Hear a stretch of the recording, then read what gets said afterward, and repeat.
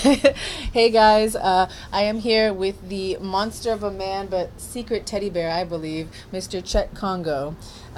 He is a Bellator fighter, but if you're an MMA fan, I don't need to introduce him anymore. But I'm going to read off a couple of his stats just so you know. He has been fighting since 2001. So for 16 years, his MMA record is 27, 10, and 2. He's currently on a 5-fight win streak. And do you know when your next Bellator fight is? Apparently, I should fight against Matt Mitrione. Matt Mitrione? Yeah, so that's the next guy. So I'm still waiting now. Is that a rematch? Yeah, apparently a rematch, but for Bellator. So it would be new for Bellator, but for some reason for himself, it would be a rematch. A rematch, yeah. Well, I like to do a little background with all the fighters, everyone that I interview. Could you just tell us? I mean, were you born and raised in France? So I'm born and raised in France. Whereas I speak French. I eat escargot.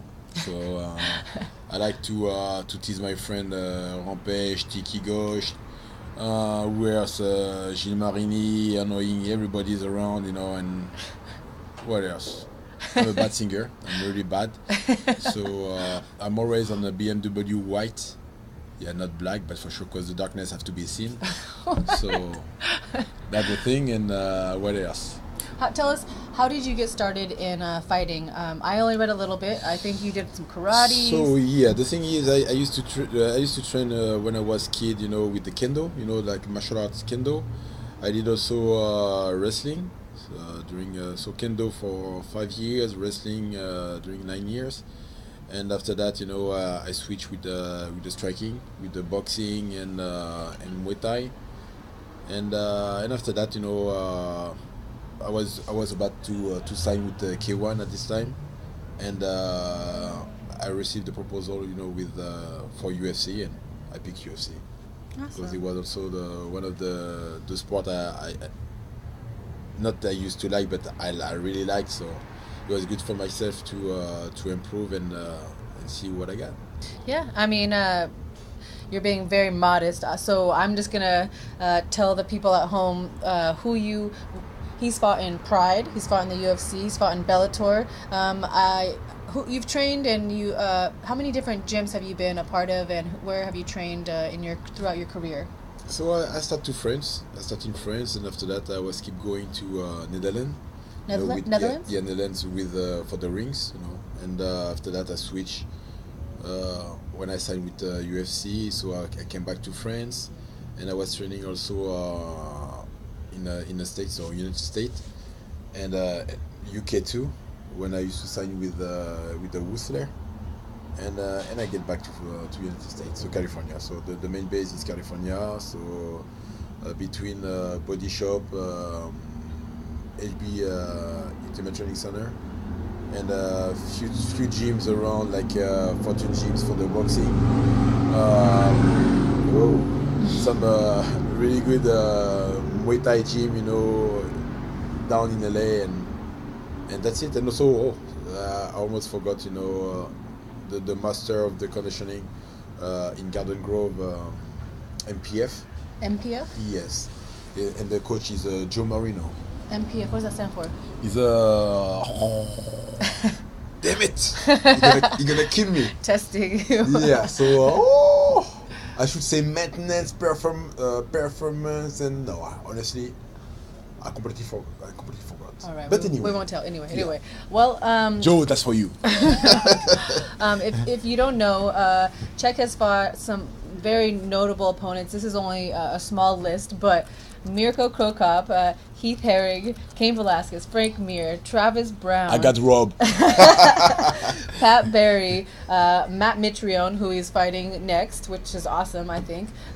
Mark Hunt, Roy Nelson, King Mo, and the list goes on. But I'm going to ask you a few questions. You've probably answered these before, but for my followers at home, yes. Please, what in your huge array of fights, what was your most memorable, or which fight meant the most to you? I have all the memories that's the same for myself, concerning me, yes, because for sure, everything is, being like wonderful and and you try to stay on earth, not having like the big head, and just like, okay, I'm cocky, I'm the best in the world or whatever. But the thing is, everything have a hand somewhere. So for sure, I used to enjoy those pleasant moments, with the support I used to get from fans, friends, and family. But after that, that's it. So it really wasn't one fight. It was just the feeling, the support, the love that you No, get. everyone, even in the lows, in the lows or in the win, always the same vibes. People are wonderful. Even the other was so good. Just to you fucking asshole nigger. It's like, Oh. and I was like, okay, monkey. And I was like, okay, but that's fine. And you will be proud of me. You will see. Next time you throw me some coconuts. But yeah, so no, no matter what, in a good and bad time, everything was really good, and I have nothing to say, bad against that. Everything is good, and also that's a part of life. Yeah. So that's a good memory. People used to write their memories, with me, even if I know them or not. So no, everything was the same, and probably one thing used to touch me really well, because I used to meet this family, and it was this charming daughter, and I never heard about it, I never heard back again. Who is this? Her name was I forgot, but she used to get some leukemia. Leukemia. Yeah, leukemia. Oh, so this is a fan. Yeah, and I was supposed to, for sure, to stay in touch and see the parents and stuff. And from that, I never heard from them. So hopefully, she's doing very well, and the parents are really happy, and nothing bad's happened. So, but for the rest, everything is always pure pleasure. Yeah. Just another day in the office.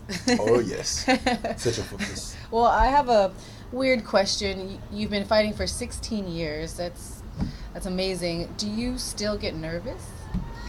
Honestly, right now the thing is not that much. So probably sometime, I just thinking like, oh, I don't have enough testosterone, just to keep me pumped up and stuff. But at the end, or hormone or whatever in the system. But why would you think that? Because the thing is, being like, it sounds like, just waking up and just like, okay, where are you going? I'm gonna throw the trash in a trash can. It sounds like something super normal. So now say, oh, you're gonna fight? Oh yes. What time? Oh, and 2 hours. Okay, good. Are you nervous? Ah, it's okay. What are you gonna do? You're gonna kill me? No. Yes. Yes. You see, the guy is a monster. Whatever. So no, for sure. You get nervous. Even at the level of my state, but it's more about managing. I manage really well. The stress, and especially I have some really good friends and supporters coming to push me and keep me on the right track. That's good. So that's good. Good, yeah. Well, I get ridiculously nervous every fight, and so I need to work on managing that a little bit better. So maybe you can teach me. Yeah, of course. Okay. That's a random question because I love music, and Yes. I don't know how you feel about music, but No. a lot of fighters, they listen Sure. to music or specific No, walkout yeah, songs. no. The thing is, I already have the main music in my hand, and after that, I will put the workout song, just in a moment, because that's the song will keep me in a good atmosphere. Mm-hmm. But the main music is always in my mind, and no matter what, nobody won't change that, because I'm already set up. So and when I walk, to the cage, the only thing I have in my mind is just do the work. The thing is, you never know how the work will be done, but you get focused to do it on the right way. And from that, no matter what, I'm gonna try to give all the best, just to bring the victory on my own, and be satisfied about the performance. All right. Well, one of the last questions that's kind of about fighting is you're 6'4"? 6'4", probably, yes. I- Oh no, I'm 6'1". No, you're 6'1". No, you're not. See what? I thought you were 6'4". I'm 6'1". No, you're 6. You're like tall. You know what, guys? The TV trick you. It's not the right thing. I'm All right. 6'1". Well, you are a large man. No. How many? I'm 6'1". And how much do you weigh? I'm 250. Okay, 250. I got the belly. No, you don't. Well, what I'm getting at is you are a very large, appearing to be scary man. What is the biggest? Excuse me, lady, please. I have a question. Sorry. See? Excuse me, ma'am. Hello? No? Oh. I'm scary. They're busy. Yeah, that's the thing. Yes. I was gonna say, do you get like, do people think a misconception about you just because you're a big tall man? Do people say certain things about you? You know, you're a fighter. What is the biggest misconception that you get? I'm super mean and I'm a nigger. People don't call you that to your face. They do. Yes, they do. Where? Here. They do here. Yes. I'm sorry, that's not nice. That's not nice at all. That's fine, you know. Well, it's okay. That's not nice. It's okay. And you're, to me, the nicest guy ever. So. Yeah, but nobody knows that. The thing is, for sure, you know, when they see the mean face, you know, in the TV, they used to think, okay, he's a mean guy or whatever, gonna crush everything. He doesn't have any respect of anyone. But you know, fighting is a fight, you know, and after that, you know, we have a second life, you know. Yeah. We have another part to do. So for sure, you know, fighting is not my whole routine life, but I enjoy myself on that way, so that's good. Well, I have a couple questions that are not fighting related. Yeah. And we talked earlier, and you told me there are other things that you do in life. Obviously, you said there's life outside, like you just said, there's life outside the cage. Yes. So you own a company called, or you don't own a company, sorry, you work with a company called Windbag? Yes. And how would you explain that to the viewers? So to the viewer, Windbag is a conception of the medical device. You know, we accelerate the healing process by itself. You know, thanks to the radio frequency. So that's a frequency current. You know, crossing your body and updating and making the recovery easier. So that means. When people used to be injured and so having like a muscle ache, you know, what I should say, torn ligament, you know, bruise. I won't say broken bones because I don't wanna go in that term and make people thinking that's the remedy of everything. No, for sure, you know, that's the therapy we can use for the kind of treatment like this. And also I suggest you to go visit windbag.com and -en and you will see what he's talking about. But it's really good, especially here in America, because most of the time people used to get bullshit, you know. Ultrasound or? Ultrasound is really bad. Oh. It's really bad. Laser, the same. You know, and I'm saying that because I used to be in toast therapy, you know, and PMF, and even if it's not brutal for the system, you know, or annoying, you know, is the effect, you know, the benefit is not that good. Yeah. And at the point that when you're done with the session, you know, with the ultrasound or whatever, the pain came back when you're about to pay it to the cashier. You back home, get the medicine, and feel better. Say, oh, that's the best thing. And at the end, you know, it's not the right way. You want to heal properly, you know, from the therapy you used to get from the therapist. And if the things doesn't work, you know, you better question yourself and see where the treatment didn't work and why. Yeah. So. Well, I brought it up because I've used it at Dr. Kessler here in Orange County for different parts of my body, and it's awesome. And Cheick is actually the reason that it's there. So thank you for that. And if you want to go check it out, he said windbag.com /EN. So check that out. And the last question. Yes. I'm trying to pull some dirt. I want to make it unique. Can you tell me? Calm down. It's gonna be okay. Okay. Tell me one thing that you've never told an interviewer before. Make it good. I always say that. No, don't always say. It's gotta be something you never told an interviewer before. No. I wanted to say. I almost say something crappy, but I was like, this guy is disgusting. Oh yes, what I like to do is, no, it should be weird. I don't know. It could be anything you want. I want to pull information from you that no other interviewer has ever pulled. Okay, so if you see the white BMW motorcycle passing next to you on the freeway, that's me. And if you see the guys doing some crazy stunts, that's me.